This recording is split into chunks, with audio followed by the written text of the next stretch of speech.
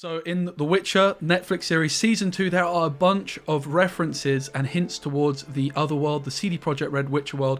Of course, at WitcherCon earlier on in the year, we did see those two sort of combined forces. And within Gwent the Witcher card game, there's been multiple different things related to the Netflix series, including the image you can see on the screen at the center, 3 individual coins for Gwent the Witcher card game. There was a commemorative Geralt sword on the release of Season 2 in Gwent the Witcher card game. And there's also the song Toss a Coin to Your Witcher was in the menus at one point. So there's a big overlap also in the Witcher 3 Next Gen Edition. There's going to be some DLC that's related to the Netflix season. So there's definitely quite a lot of overlap. And within Season 2, there was a lot of key references to the Witcher universe. So we're going to look at all of those now. If there's any we missed, let us know down in the comments below. Maybe we could cover those in a future video. So the first one we're going to touch on, I think, was probably the one that most people noticed. In fact, we're not going to start off with that one. We're going to start off with one that was in the subtitles. I believe this was also something in Season 1, and that is winds howling at the start of Episode 3, just in the subtitles, of course. Well, wind howling, of course. If you've played The Witcher 3, one of the lines that Geralt says, whenever there's a windy day, winds howling. So, lovely little reference there as the first one. Did any of you guys catch this with subtitles on? Yeah, I always have subtitles on, so I notice it straight away. Mm-hmm. Yeah. Okay, slightly more exciting one in the next one. I think, again, this is probably the one that was like one of my favourite moments in the season, and that was the reveal of the Witcher 3 medallion that you can see at the far right there. This happened, I only caught it once, but there was quite a few times where we did see the tree with the medallion. So as you can see in the bottom right there, the Witcher 3 medallion. Did anyone catch this during the show? Yeah, absolutely. Yeah, I caught it, and I do like that they all seem to be unique to them. That there's not just a generic one. And I kind of like the flatter ones a little better. A little bit more practical too, but yeah. I do like the uniqueness to them and the idea of that Witcher tree as well, of just the fallen Witchers are there. It's like the CIA wall with the stars. That's just like, here's the fallen, comrades or whatever, and to remember them. So I really liked that part of Kaer Morhen, is that tree. Yeah, obviously we saw later on in the season as well that there was a little bit more to that tree. If you want to see more details on that, make sure you check out the other videos we've done talking about the spoiler discussion. For now, we're just focusing on the Witcher 3 Easter eggs. It was also a shout out to the books. And that was this reveal of these 2 swords. There was a whole frame dedicated to it. And these are swords that we did see within The Witcher 3 and are also mentioned in the book. So this isn't one that I caught personally, but Fox, are you any good at reading the inscriptions? I know we've got it written down. I reckon you're the man to give this an attempt, what the swords say. No. Dubian Arn and Glendale Morch am Fein Eisen. See, I told you. That was... Yeah. It's good. Yeah, it's the other ones, like Kyre's name, other ones can kind of do. But yeah, so that is from, you want to explain? Yeah, please. Okay, that is from Season of Storms, the last book that was put out, but is actually a prequel to all of them. And it says, roughly translated, certain ones, my glare will pierce through darkness, my brightness will scatter the shadow. And tied to another Gwent card, Brayan, the cat witcher, who's got that sword to what would be a priestess's throat. Geralt kind of confronts him. He doesn't have any swords. He's lost them. This other woman kind of gives him it. And this is inscribed on his silver sword in the runes. So yeah, there's a lot of immediate, even Gwent tie-ins there. And Dwynvendra? Dwynvendra, there you go. I think. Dwynvendra is another, it's a class of person, but this person who is a Dwynvendra is also right there that's kind of helping Geralt out as well. So a lot of good Gwent tie-ins to that Season of Storm story. Yeah, brilliant. And I mean, another thing that we don't have an image for, but there was in fact a reference to Gwent the Witcher card game, obviously on this channel. Lots of us have played Gwent and are familiar with it. It's like the main thing that I play and stream on Twitch.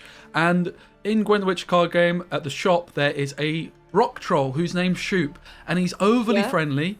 And there is perhaps a reference to that very troll by Henry Cavill in the first episode, where he mentions he had a dream and he had his nightmares too, just like you, Siri. There's an overly friendly rock troll that he just couldn't get rid of, and it's quite disturbing or something like that. So pretty crazy to see a direct reference in, at least that's how I would like to interpret it, to Gwent the Witcher card game within Season 2. Maybe that means Henry Cavill knows who I am. I doubt it. Maybe. So is that the rock troll that's on like the menu when you're opening kegs? Yes. Popping off. Oh, Yeah, shoot. I like him. Did anybody else also think of Bart? Yeah. Y'all remember Bart? Yeah, From the game. Bart is probably my Yeah. favorite character from Witcher 3. I've watched that scene on Yeah. my stream many times. Yeah. Bart. Yeah, I thought Shoop first, but Bart also hangs around. But As far as Bart the was rock not trolls over go. friendly.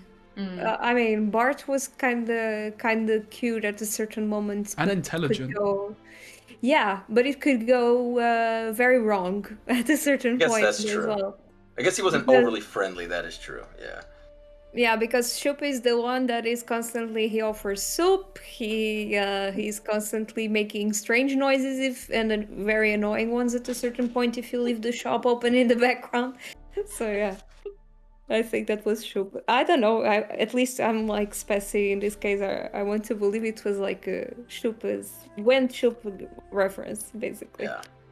Yeah, and another one that was mentioned as well was I think when Ciri, Yennefer, and Geralt were all together for one of the first times, there was mentions of a stuffed unicorn, which of course my mind just cast to Witcher 3, where there's there's the stuffed unicorn in Yennefer's apartment in Skellige. Is that also mentioned in the books, if I'm not mistaken? I feel like I read about a unicorn in the books, stuffed, but I could be wrong, Fox.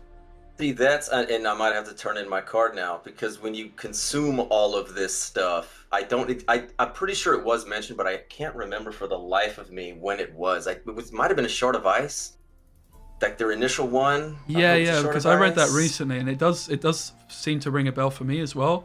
I think it is mentioned in Shard of Ice. I think you've hit the nail on the head when Geralt and Yenna are in their apartment. I'm pretty sure you're right there, because that does ring a bell to me. I read that one quite recently. Sure, I'll be corrected here from somebody in chat, but yeah, I'm pretty sure it is mentioned, but I'm not too confident exactly where. But certainly where most people remember it from is going to be in The Witcher 3. And did you guys, obviously, when you heard that, did you sit up and catch that one? Yeah, it was like that, you know, the Leonardo DiCaprio meme where he's like pointing at the screen going, I know that. That was me at that point. I think most Gwent players have that when there's a new character introduced and you know the card. That's like certainly been a lot of my experience where it's you find a new character like when Yarpen was introduced in season 1. I remember that moment in particular. Okay, Spessy, let's congratulate ourselves. It was a Shard of Ice. I take no credit, mate. I take no credit. You convinced me to be more confident in there. You back me up. I'll take it. Yeah, so a Shard of Ice being a short story before the Blood of Elves. It's the story before within the Sword of Destiny. That's sort of where it's the only short story in the books that Istrid's involved in as well. Definitely would really recommend getting into those because they are a lot of fun. Lucy, you've got that one to look forward to. So that's actually one of my favourite ones, I would say. Shard of Ice is my favorite one, yeah, no question. They introduced the Wild Hunt there too. And also another thing that a lot of people might have missed, and it's not something that I caught, but when watching the first time, I did feel like I recognised a particular actor's voice, and that is the ship hand, the ship yard, I guess, that was talking to Jaskier. Jaskier, of course, making a bit of a fool of himself, which resulted in a bit of a bad situation for some of the people he was with. But the voice actor of Cleaver was in fact the man playing the shipyard, the ship hand, and that was just something that I felt like I recognised his voice from Witcher 3, but I couldn't quite put my finger on it. And sure enough, looking at Twitter and things like that afterwards, people did reveal that was the case. And this isn't the first time that there's been an overlap between a voice actor from The Witcher 3 and an actor in the show, because Tissaia, I'm not sure of the actor's name, my apologies. Tissaia plays Anna Henrietta in The Witcher 3, the actor of Tissaia. So pretty cool to see those overlaps. And there's no coincidence, I don't think, when there's two people that are in Witcher 3 and also in the Netflix series. I feel like that's a conscious effort from the producers to have those overlaps. Yeah, Tissaia Miana Buring, I believe is her name. Yeah, it's great. She does a great job there, and Hannah Henrietta. But I'll admit, when I heard that voice, I was the same way. I'm like, I recognize that. That's from The Witcher 3. But honestly, at first I thought it might have been the Baron, Philip Stranger. And I looked up, I went to IMDb, and it wasn't him. I was like, who the hell else? And I was like, okay, Cleaver, and he looks like Cleaver too. So that kind of helped connect it. Just this big dude with a beard. But yeah, just what a great voice that guy has, and just a perfect Cleaver voice and a perfect Dockhand security voice too. Yeah, my feeling was it was just like some sort of generic NPC from Novigrad or something like that. But I quickly forgot about it. Like I didn't really think any more about it, and then it's one of those ones that I've seen while like looking through all the mentions. And I think the last one to get onto, because we're going to do a whole separate video on this because there's quite a lot to dig into, some conspiracy theories. But Gaunter O'Dim, I think in particular the scene with Fringilla, there's some serious references, and sort of it feels like to me like very, very similar to one of the scenes we have from Gaunter O'Dim in Hearts of Stone. Inyo, do you want to take this one on? Like, because I know this is something you noticed. Yeah, I noticed straight away. As soon as Fringilla comes in, you start to hear in the background like the laughs of the Deathless Mother, and as soon as she stops the time, I was like, Hearts of Stone. The quest in the tavern, the quest that you encounter Odim again in the tavern, and she keeps dialoguing with Kahir. They are all paralyzed and stuff like that. But from the moment she stabs one of them in the eye, I got like, oh my god! Wait a second. I paused the episode. I went straight away to YouTube. I couldn't find the English version, but I kept a tab open to send it to you afterwards. And I thought, okay, this is clearly a reference to Gaunter O'Dim, because we heard even before the release of the season 2 that O'Dim is gonna be a woman. I saw this written a lot all around.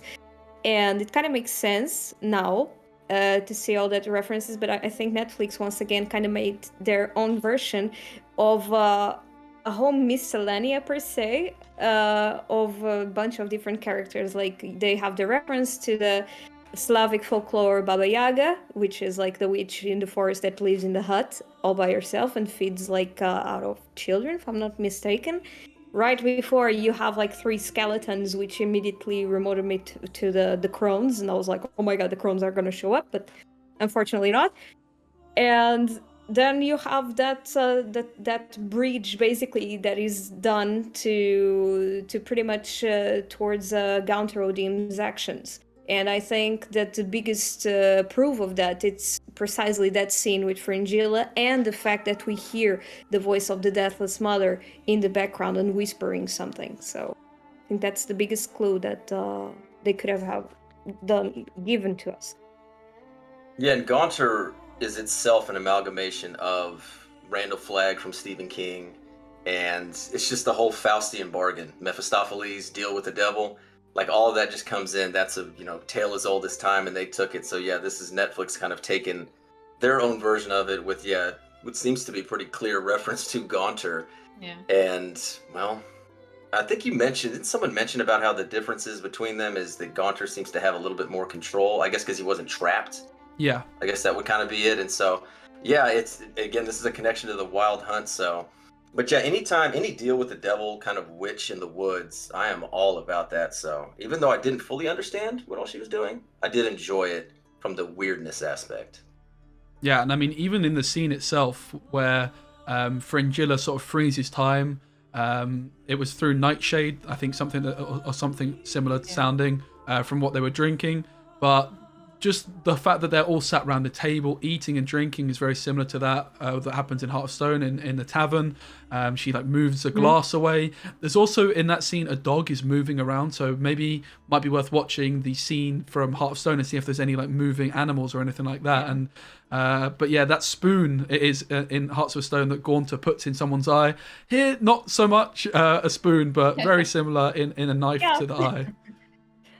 I think a knife might be kinder, actually. A knife might be kinder. She pulls it out, too. She doesn't leave it. Yeah.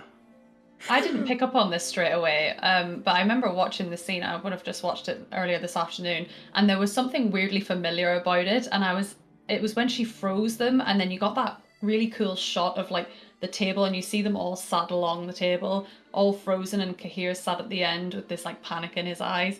And then as soon as she put the knife in his eye, I was like, this is from the game, and I couldn't remember what. And then I looked at our show notes, and I was like, Jesus, it's Gaunter O'Dim. So that sent me into a spiral trying to figure out what more links there were. But I'm excited to see if we see a bit more of this.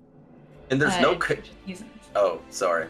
No, go on. There's no connection to it, but as soon as it froze and they took that out. I got a very Last Supper kind of Renaissance painting to it, and I can't think of anything connected to it otherwise than it looked cool. But anything where people are seated at a table like that and the motions they were, it's just very just high Renaissance to me. But again, I don't think there's any connection to it. I just thought it was interesting. That's what I thought as well, that it looked like a painting. I think while we're on Gaunter Dim, we can dive like a little bit further into some of the links. So what Volofmir was saying to Fringilla, like during that scene, because you could hear her in the background laughing very evilly multiple times. She also goes, "Your power," sees it as she stabs someone, and then another evil laugh, and then she goes, "Not as a meek sycophant." So really just saying like this is your moment, rise up. And of course we saw in episode 2 Volofmir make these 3 deals almost with the characters, where Yennefer had to bring Ciri back, Francesca knew that how to make a baby, and of course Fringilla with her power. And that is very similar to what we see with Gaunter Dim do, right? He makes these deals with people, deal with the devil almost, and both are referred to as a demon. Gaunter more so as a devil itself, and does seem like a more powerful character, but some relation between the two perhaps. With Gaunter, of course, you would imagine being able to just travel as and where he wants, whereas Volofmir certainly a lot weaker, having to use channel Ciri's power in order to travel through and get home. Another one as well that just did really make me sit up and take note was in the finale, when Volofmir is possessing Ciri, she punches Geralt, and Geralt gets like a mark on his face, like just a scar, but it just seemed like so similar to the mark that Gaunter Dim gives Geralt, of course, and Geralt is like parading around for like such a long period of time. So I thought that was just like another little subtle hint, as well as obviously all those other links. Yeah, it could be that we see Volofmir grow into someone of the power with Gaunter Dim, rather than it just like coming straight in at being super powerful. Might be something that we see progress in the next series. Right, so that is all the Easter eggs we've spotted from Witcher 3 and the CD Projekt Red universe in Netflix Season 2. Was there any that you spotted that we've missed out? Please do let us know in the comments below. Also, make sure to check out our other videos discussing The Witcher Season 2. And of course, make sure you check out my 3 guests here. All of their content, including Witcher podcasts, Twitch channels, is all going to be down in the description below, and you don't want to miss out on that. So thanks so much for watching, and see you on the next one.